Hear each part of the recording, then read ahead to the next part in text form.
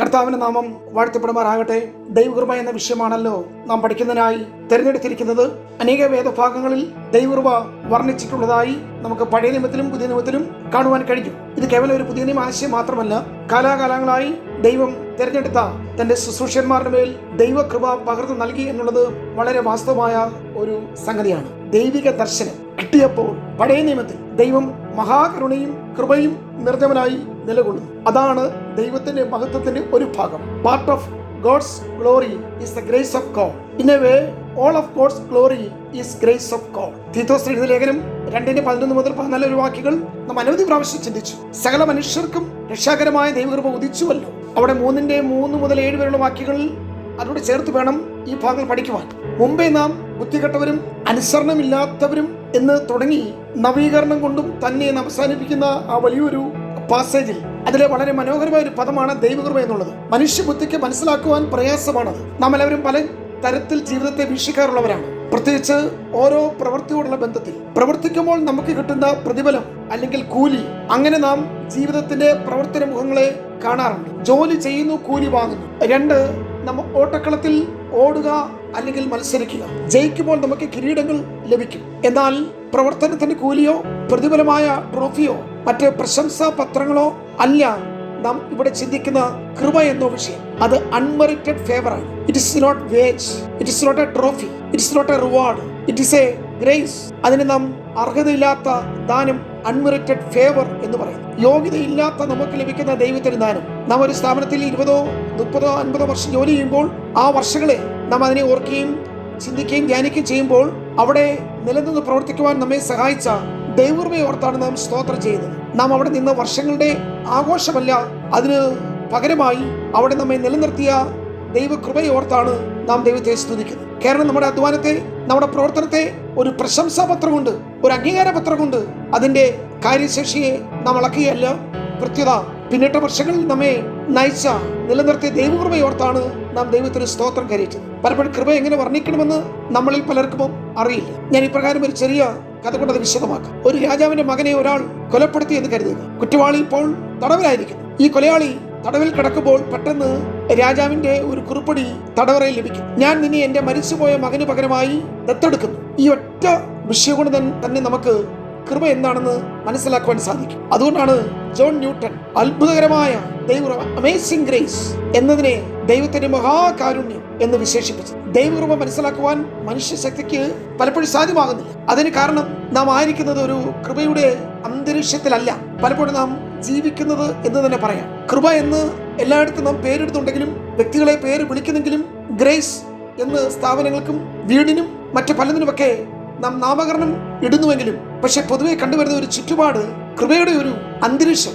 നമ്മുടെ കൂട്ടത്തിലോ കൂട്ടായ്മയിലോ കൂടിവരവുകളിലോ നാം ആയിരിക്കുന്ന സ്ഥലത്തോ അങ്ങനെ കാണുവാൻ കഴിയുന്നില്ല. ജപ്പാനിൽ ഒരാൾ 15 വർഷം ജയിലിലായിരുന്നു. അവിടുത്തെ സംസ്കാരം അനുസരിച്ച് അപ്പനോ അമ്മയോ സഹോദരങ്ങളോ ഭാര്യയോ മക്കളോ കുറ്റവാളിയെ കാണുവാൻ ഇത്രയും പിന്നിട്ട നാളുകൾ, അല്ലെങ്കിൽ ഈ ഏകദേശം 1.5 പതിറ്റാണ്ടോളം ആ വർഷങ്ങൾ പിന്നിട്ടിട്ടും അവർ പോയില്ല. അദ്ദേഹത്തിന്റെ ആ തടവ് ശിക്ഷ കഴിഞ്ഞ് സ്വന്തം ഭവനത്തിലേക്ക് അദ്ദേഹം വരുന്ന മാത്രയിൽ ആ ഗ്രാമത്തിൽ പ്രവേശിക്കുന്നതിന് മുമ്പേ തന്റെ ഭാര്യയും മക്കളും കൂടെ വന്ന് അദ്ദേഹത്തെ കണ്ടിട്ട് ഇങ്ങനെ പറഞ്ഞു, വീട്ടിലേക്ക് വരണ്ട, ഞങ്ങളുടെ ഭവനത്തിന് കളങ്കം വരുത്തിയ ഒരാളിനെ ഞങ്ങൾക്ക് ഇനിയും ആവശ്യമില്ല.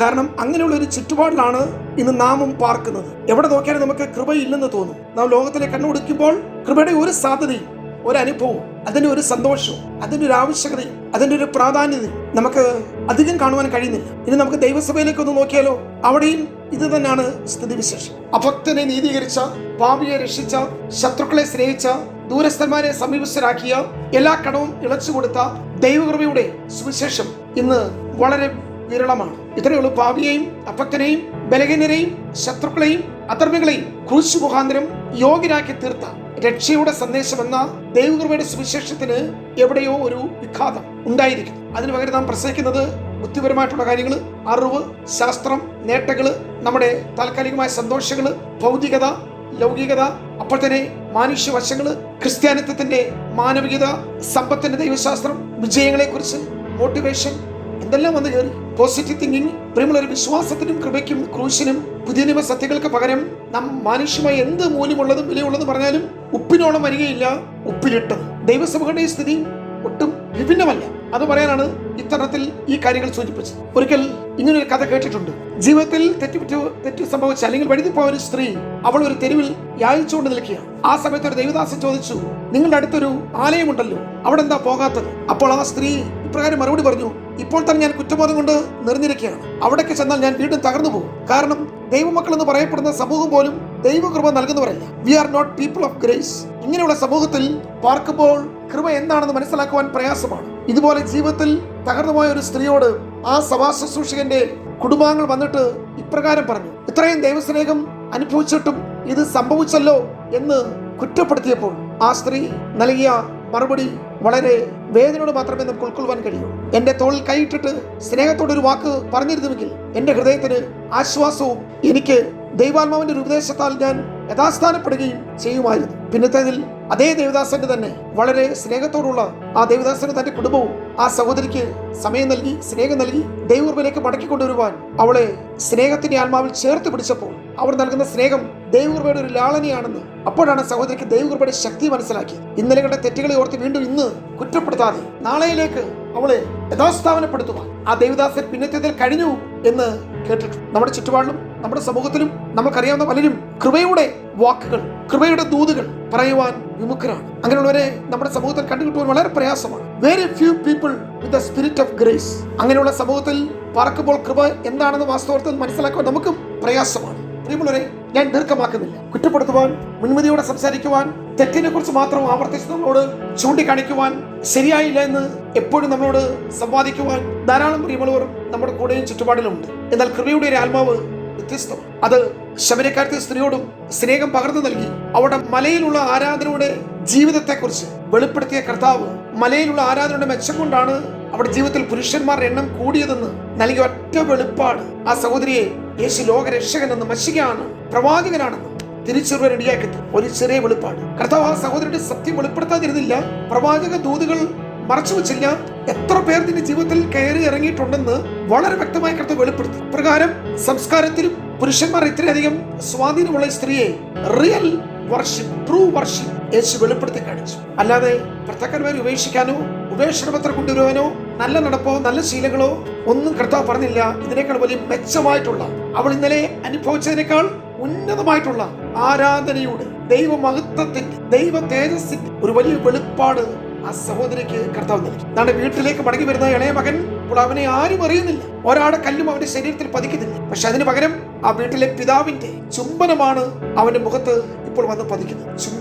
ചുംബിക്കുകയാണ്. എന്തുകൊണ്ട് ചുംബനം? നാട്ടുകാരും വീട്ടുകാരും മറ്റുള്ളവരും കല്ല് പറക്കി അവനെ എറിയുന്നതിന് മുമ്പേ വീട് വിട്ടുപോയവൻ, അപ്പനെ അപമാനിച്ചിട്ട് പോയവൻ, അപ്പൻ ജീവിച്ചിരുന്നപ്പോൾ തന്നെ സ്വത്തും സമ്പാദ്യങ്ങളും വസ്തുവകളും വേണമെന്ന് ആവശ്യപ്പെട്ട മകൻ, അവരെല്ലാവരുടെ മുമ്പിൽ ഒരു കുറ്റവാളിയാണ്. എല്ലാവരുടെ മുമ്പിൽ അവൻ തെറ്റുകാരനാണ്. അപ്പൻ ജീവിച്ചപ്പോൾ തന്നെ അപ്പന്റെ സ്വത്ത് ആവശ്യപ്പെട്ടത് വളരെ ലജ്ജാകരമാണ്. അപ്പനെ കൊല്ലുന്നതിന് തുല്യമാണ്. എന്നിട്ടും ക്ഷമിക്കുന്ന പിതാവിന്റെ ഹൃദയം സ്വീകരിക്കുന്ന, ചേർത്ത് പിടിക്കുന്ന, ചുംബനം നൽകുന്ന പിതാവ് വേഗത്തിൽ കൽപ്പനയിടുകയാണ്.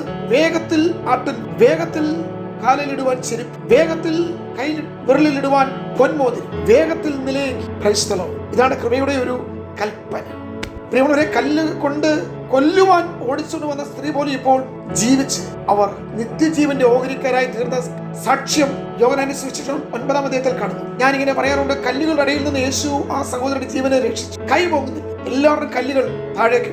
യേശു ശേഷിച്ചു, പാപിനിയെ സ്ത്രീ ശേഷിച്ചു, ഒരു കുമാരൻ കല്ല് ശേഷിച്ചു. യഥാർത്ഥത്തിൽ ഈ വന്ന പുരുഷാരം പറയുന്നത്, മൂത്തവരും ഇളയവരും പറയും, ഞങ്ങൾ അറിയുന്നില്ല, കർത്താവ് അങ്ങ് അറിയുവാൻ. കാരണം കല്ലില്ലാത്ത ഒരാളുടെ കയ്യിൽ മാത്രമേ ഉള്ളൂ. മോശയുടെ കയ്യിൽ കല്ലുണ്ട് കണ്ടു. ഞാൻ അബ്രഹാമിനേക്കാൾ മുൻപ് ഉണ്ടായിരുന്നു എന്ന് പറഞ്ഞപ്പോൾ യഹൂദന്മാർ കല്ലെടുത്തു. യേശുവിന്റെ ശിഷ്യന്മാർ പലപ്പോഴും യേശു പറഞ്ഞിട്ടുണ്ട്, ഇപ്പോൾ തന്നെ പരീക്ഷന്മാർ നിന്നെ എറിയുവാൻ കല്ലുകൊണ്ട് കാത്തിരിക്കുന്നവരാണ്. നമ്മുടെ ആരെങ്കിലും കല്ലുണ്ടോ?